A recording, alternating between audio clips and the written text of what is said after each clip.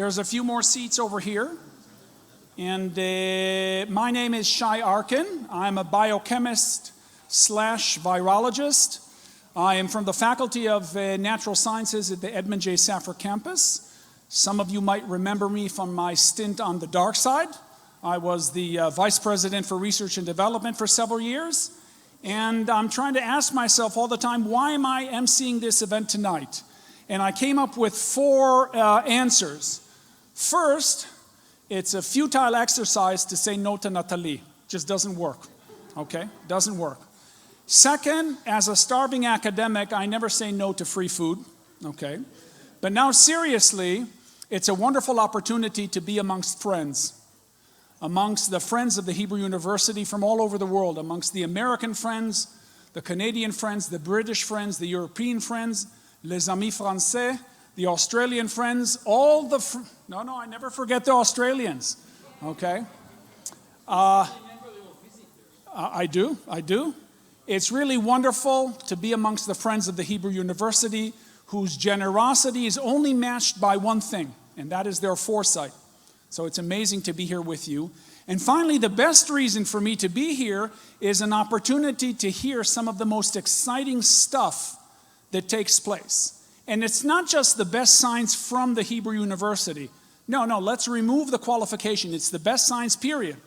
It's the best education, period. It's the most impactful things that you will notice about the Hebrew University. And what it gives is boasting rights to the Hebrew University leadership for the years to come. So this is really very, very exciting.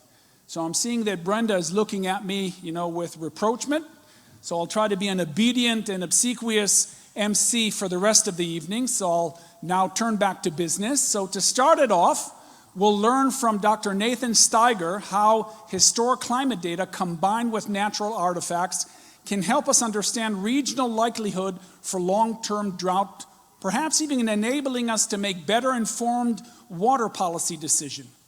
Nathan recently joined the university as a senior lecturer at the Frady and Nadine Harman Institute of Earth Sciences. He's also a member of our Climate Science Center and an associate research scientist at the Lamont Doherty Earth Observatory of Columbia University. Then we'll learn what happens when we notice something uncommon in our surroundings and why it matters. Our teacher on the illusion of diversity will be Dr. Rasha Kardosh, who did her PhD and is now doing her postdoctoral studies in social psychology, and who will soon be heading to NYU for a prestigious provost postdoctoral fellowship. So we have an exciting evening ahead of us. Nathan, please.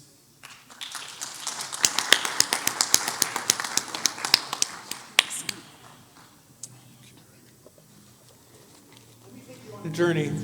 Let me take you on a journey. Are we okay? All right.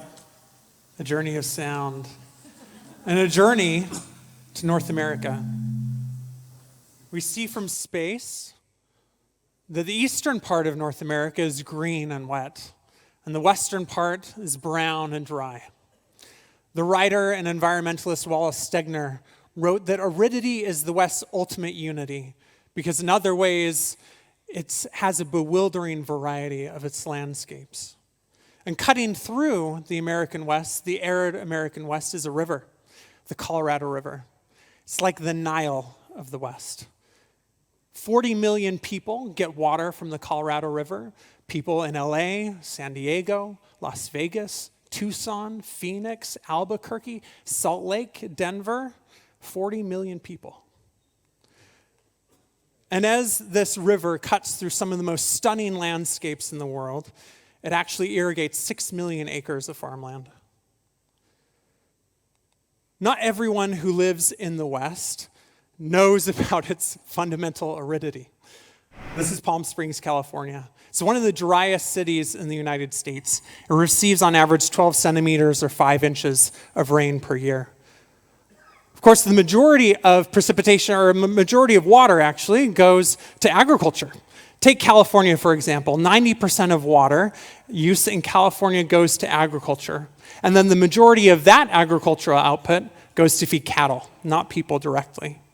Now, the Imperial Valley of California, it's hot, it's arid, and it uses an enormous amount of the Colorado River. This is where the Colorado River ought to run into the sea, but it doesn't. It hasn't for decades. The river is dead before it ever arrives. Why is the river dead? Ultimately, it goes back to law. The fundamental foundation of Western water law is something called the Colorado River Compact. And for this compact, what they did is they took 20 years of data of the Colorado River, of flow of the Colorado River at the beginning of the 20th century.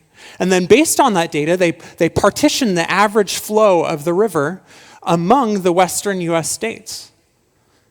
Now, they did this, they didn't partition a percentage, but the amount, because they were confident that the river was consistent. What has it been since that time? Nothing at all, like the early 20th century. Few years even reach that average value that they estimated.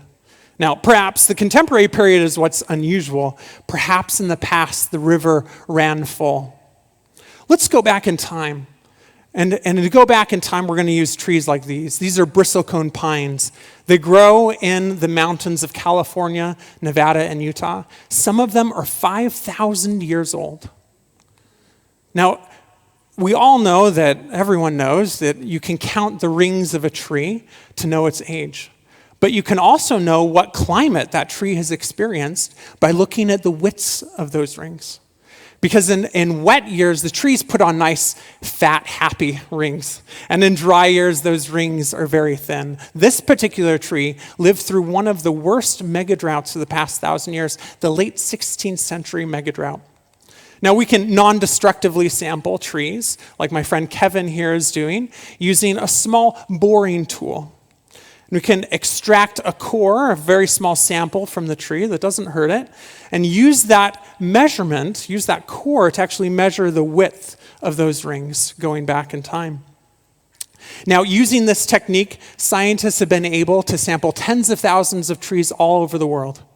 We can do this actually on glaciers and on ice sheets. We can drill down into the ice and extract a core.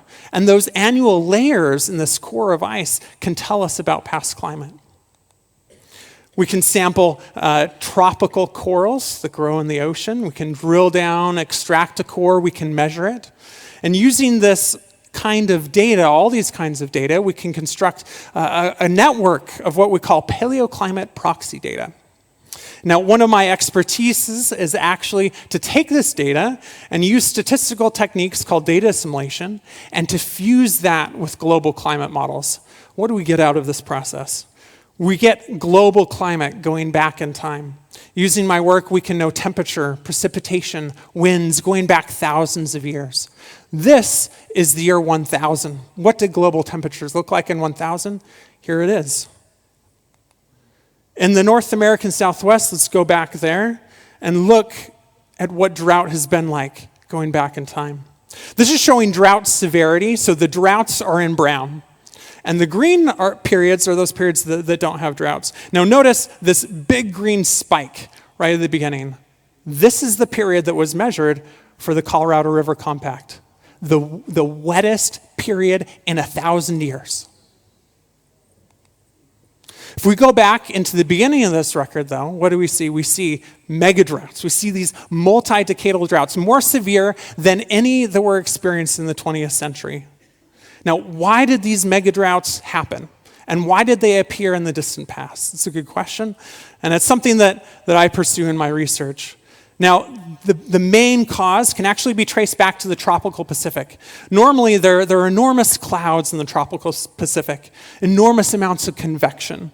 And these clouds are so big and the convection is so great that it's able to generate waves in the atmosphere, pressure waves. A single wave is the size of the United States. And these waves can push around storms, and when there's a La Nina, it can actually bring up cold water and then push these storms further towards the west. That changes where the waves go, and that changes where the storms go. And that means that the North American Southwest will dry out because the storms get pushed toward the poles. The same mechanism I've discovered actually causes megadrought also in South America. And in fact, this same mechanism can cause megadrought to happen at once.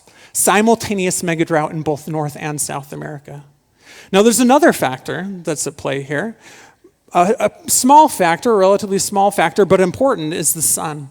The sun varies in a small amount, the amount of energy that it puts out. And when it's putting out more energy, it increases evaporation and it dries out the west.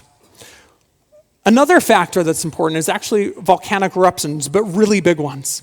So volcanic eruptions that are big enough that put out enough ash to actually go into the upper atmosphere, they can block the sun. And actually the effect is to counteract droughts. It's actually to make it wet. But in order to cause a megadrought, what you need is a long period without these volcanic eruptions. And they're rare. They only happen every few decades or so. And so if by chance you have a period without these big volcanic eruptions, when you have sunlight that's putting out just a little bit more energy, and when you have unusually strong and frequent La Niñas, these three factors together, these are what cause megadroughts. Let's come back to the present. Central Chile in the past 12 years has experienced its worst drought in the past 100 years. In the North American Southwest, there's a megadrought. It's been going on for 22 years. In fact, it's so severe, it ranks among the worst droughts that has been experienced in the North American Southwest in the past 1,000 years, those ancient droughts. What I'm showing here is the Colorado River, and it's forming Lake Mead, which is the water here, and it's sitting behind Hoover Dam. The bleached rock that you see, that actually marks the high water mark of Lake Mead. And so for reference here, I have the Statue of Liberty.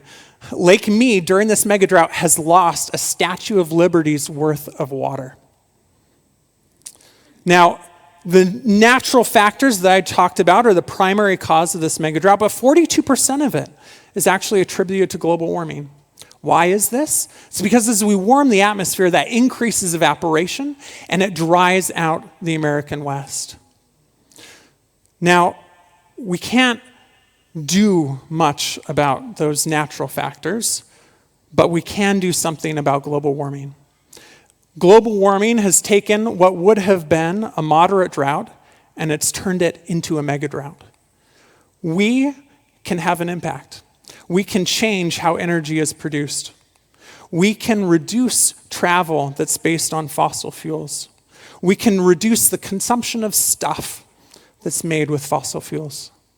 The future, much of it, is up to us. Thank you.